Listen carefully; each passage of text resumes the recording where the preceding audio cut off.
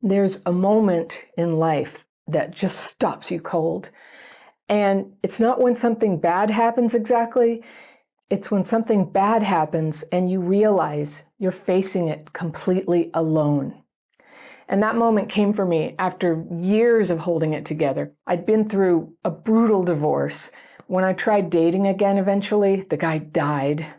I'd had 14 major surgeries, and just all of this was in a few years.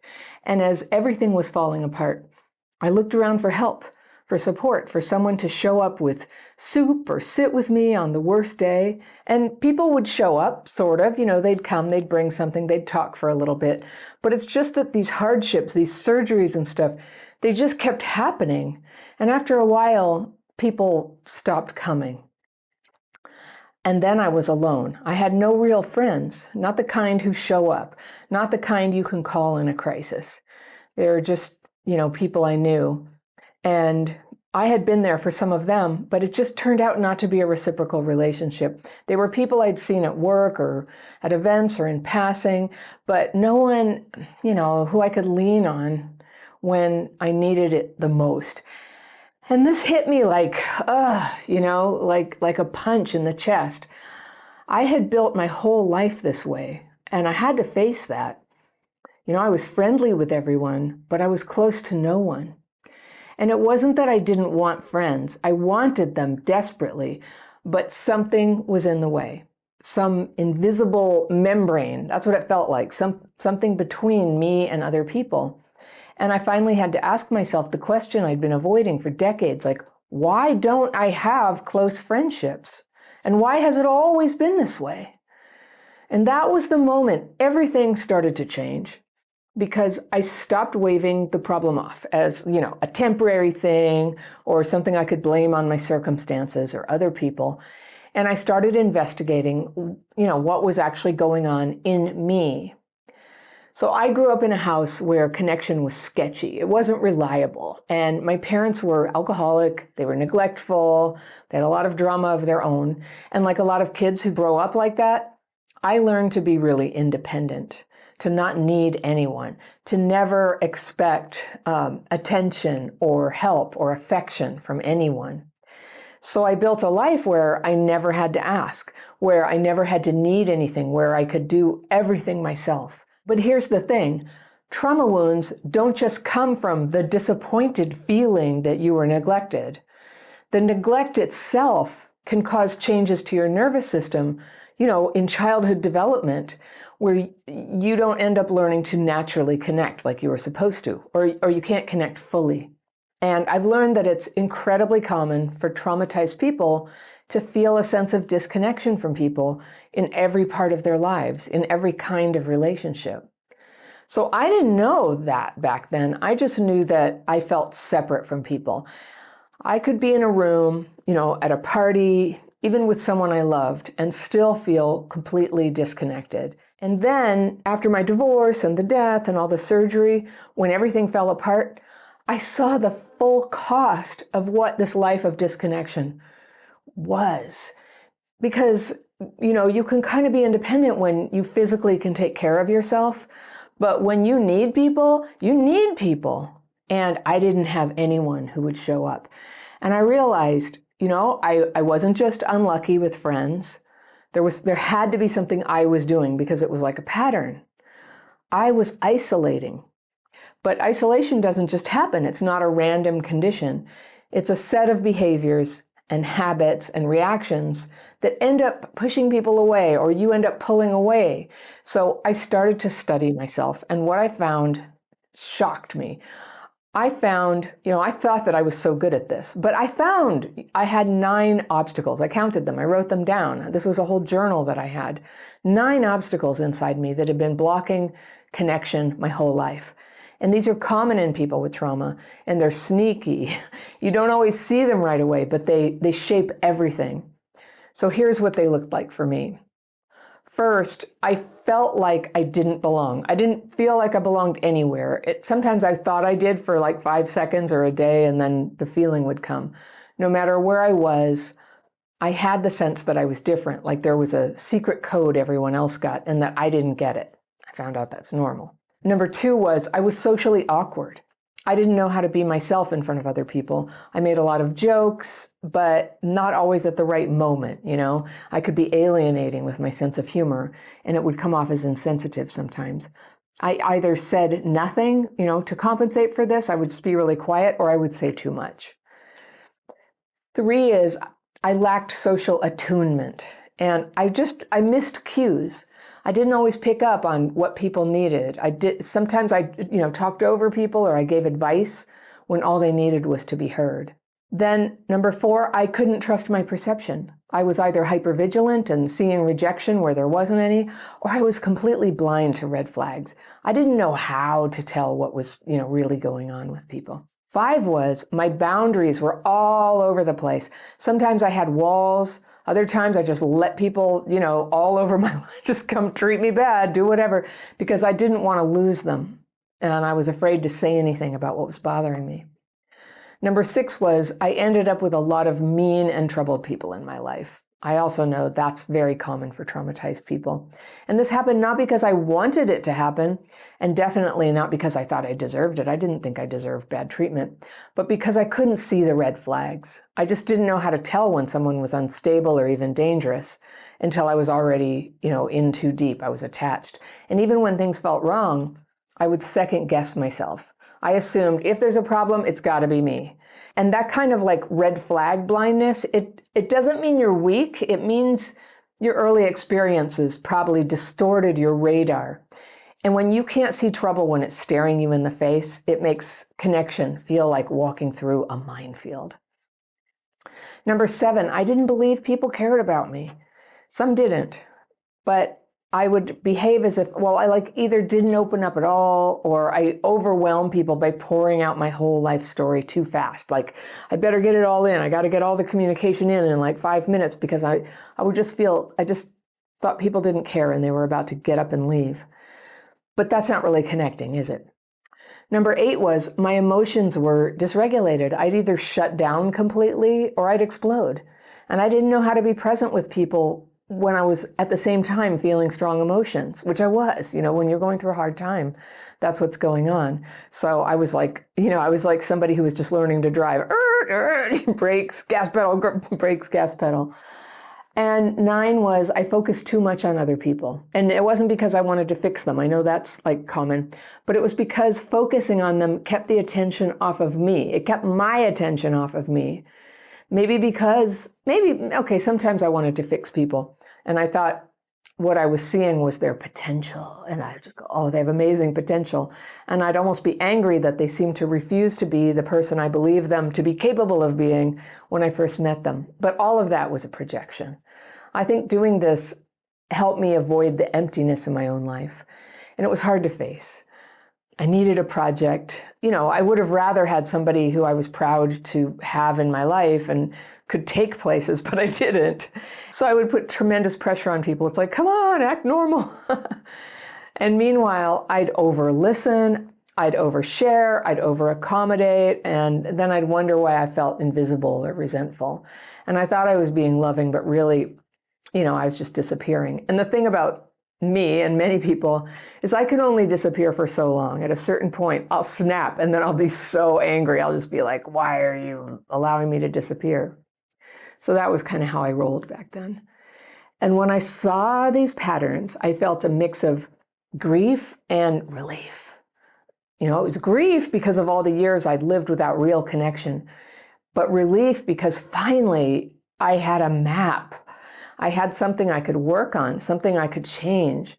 And so that's what I did. I started taking steps to undo each of those 9 obstacles one by one. And it wasn't instant. It took time. Some things happen quick. Some things take time. It was uncomfortable sometimes. It was embarrassing, but it worked. It did work.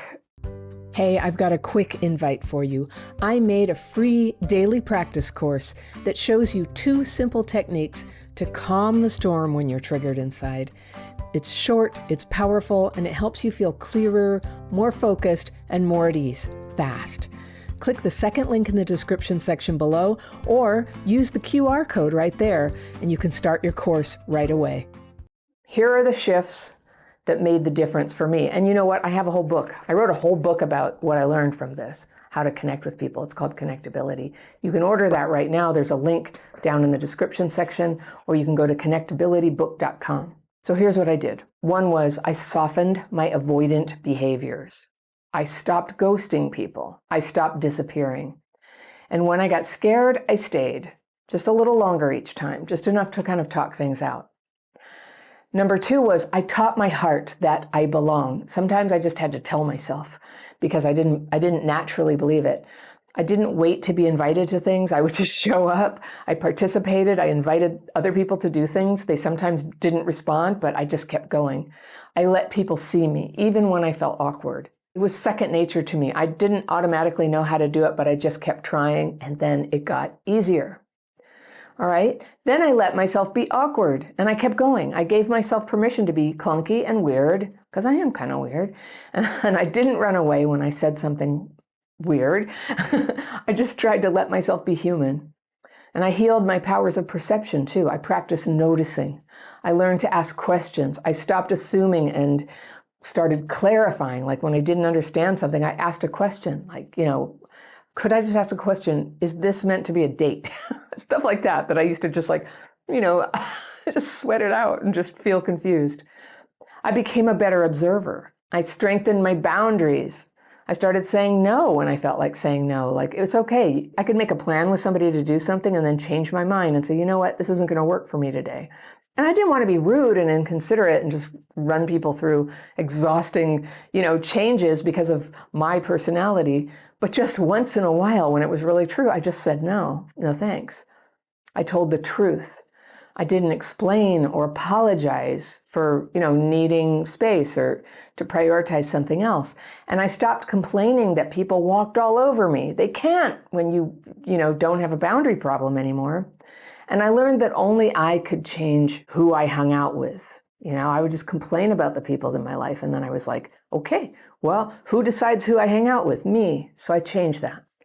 And I let go of mean and troubled people. I stopped giving my energy to people who drained me or mistreated me or left me hanging or just, I ended up feeling anxious all the time around them. I let those connections go. And mostly I just did it quietly. I didn't make big speeches or anything. It didn't take a big effort. The last thing I needed when I was healing was, big dramatic goodbyes or arguments. So I made space by just letting go, and the space opened up for people who were kind, who had, they were interested in becoming friends with me. And I began to believe that people do care, and I listened more. I stopped trying to prove myself. I let people in slowly, and, they didn't instantly become my best friend or my boyfriend. And I let them show up for me. I just would let sort of information come to me about who is this person? How is our dynamic? I regulated my emotions. That's a learned skill, by the way. If you haven't learned how to do that, you can do that in a number of my courses, like Dysregulation Bootcamp and Healing Childhood PTSD. So you can check those out too on my website, crappychildhoodfairy.com. I always talk about the daily practice, but that's what I did. I used the daily practice techniques because when you start to make big changes in your life and set boundaries and people are mad at you and falling away, you need a way to deal with all the feelings that come up. If you've been living with trauma for a long time, there's a lot of jammed up thoughts and feelings. It's very crowded in there. And so when something kind of painful is happening, like you made a hard decision and now you feel kind of guilty, you need space to process that and, stay real with it and figure out what you need to do about it, if anything. So with my daily practice, at the time I was making these changes, I had actually quit for 2 years. I was mad that my, marriage fell through. I was scared that I was left with 2 little kids and not very much work. And I did pull it together. It was okay. It all worked out just fine. But, it was scary right then. But I was mad because I guess in my first 12 years of the daily practice, in the back of my mind, I thought it was like a magic trick. And if I was good and I did the techniques, I would get everything I wanted. And I thought I wanted the marriage to last. It turns out the marriage ending was one of the best things that ever happened. But it was a very hard road for a couple years. So I didn't see that right away. And gradually I realized how bad things got. When I wasn't doing my daily practice for 2 years, the downfall didn't happen right away. It was just this gradual drift. And it took me a long time to go, wait a second, this isn't a coincidence. This isn't all just like bad luck. That I was losing a lot of my ability, that I was losing my red flag detector. I was losing my self-confidence. I was losing my energy. I was losing my boundaries, problems were just like escalating in my life. And it got bad enough that I finally returned to my daily practice. And it was like overnight, things changed direction again.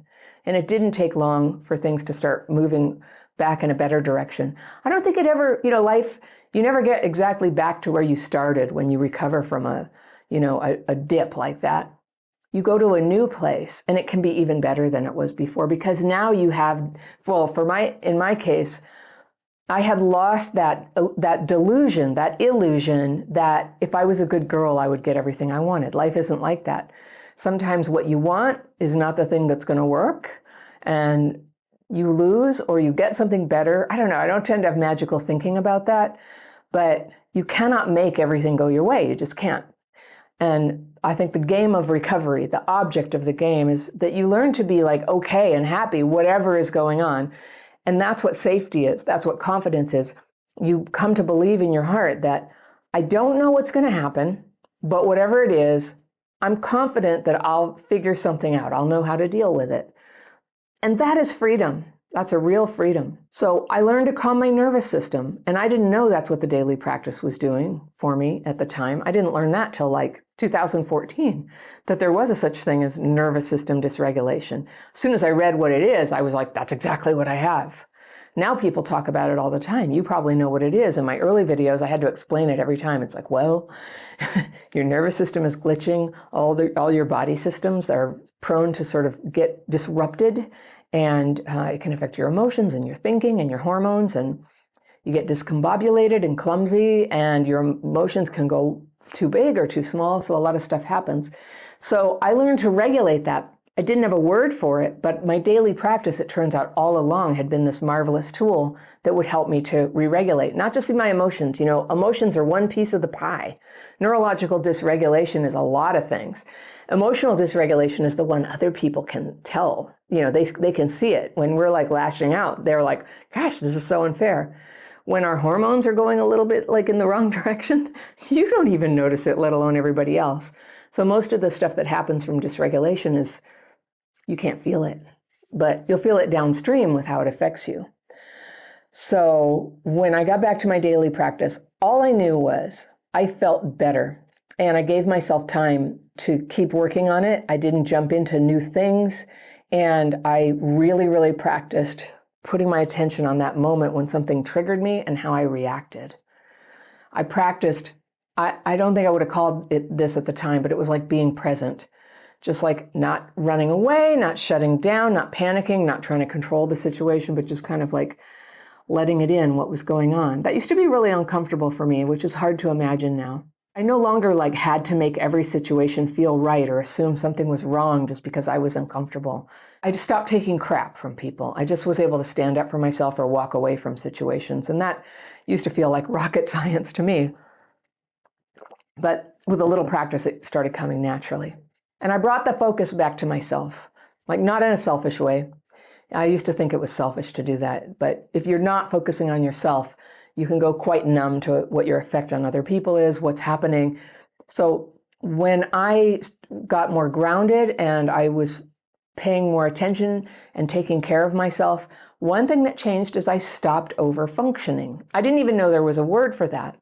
But I used to jump in and try to handle a lot of stuff for other people when I didn't need to. And I still have that tendency kind of waiting there. But you can let other people be responsible for their own lives. Friendships began to grow. And it was slow at first, but then more and more. And they were people I could laugh with and people I could cry with and people who called me when they were hurting and who picked up the phone when I needed them. So now I don't have a million close friends. I don't need that many, but I have a real circle now, people who love me and who I love back, and we show up for each other. And that's not something I ever thought that I'd have. So if you're in that place right now where life is feeling really hard and you look around and you realize that you have no one, I just want you to know it can change. You're not broken and you're not cursed. You ever think that? A lot of us do. I'm cursed, but you're not. And you're not too weird or too damaged or too late to have connections with people. You kind of just need a map. You just need to, see the patterns and then go, that's where I keep making a misstep. That's an obstacle for me. This is something I can change. And then you just take one brave step forward, just one. It can be really small. It could be just like sending a text or smiling at someone or saying yes the next time you get invited to something that you think you might want to do. You can write down your fears and resentments using my daily practice techniques. You can do that just for 90 seconds and then write the little thing where you ask for them to be removed instead of running away. Hey, it's me, and real fast, if you're watching my videos and wondering if maybe past trauma is having an effect on your life today, I want to share with you a list of signs that what you're struggling with now might be connected with neglect or abuse in your childhood. It's good to know this because it can help you know that what's hard for you right now is normal and that healing is possible. You can download my Signs of Childhood PTSD quiz by clicking the top link in the description section below or using that QR code right there. So that's how healing starts. Friendship isn't something that just happens like lightning to lucky people. It's something that you build, and you can build it even if no one ever showed you how. And I'm living proof. If I can do this, you can do this. Hey, if you liked that video, I've got one I know you're gonna love. It's right here, and I will see you over there. Pushing people away so that you can be alone is incredibly common with people who grew up with childhood trauma. If you keep using isolation to manage your CPTSD triggers, just about every option in your life will gradually close off to you.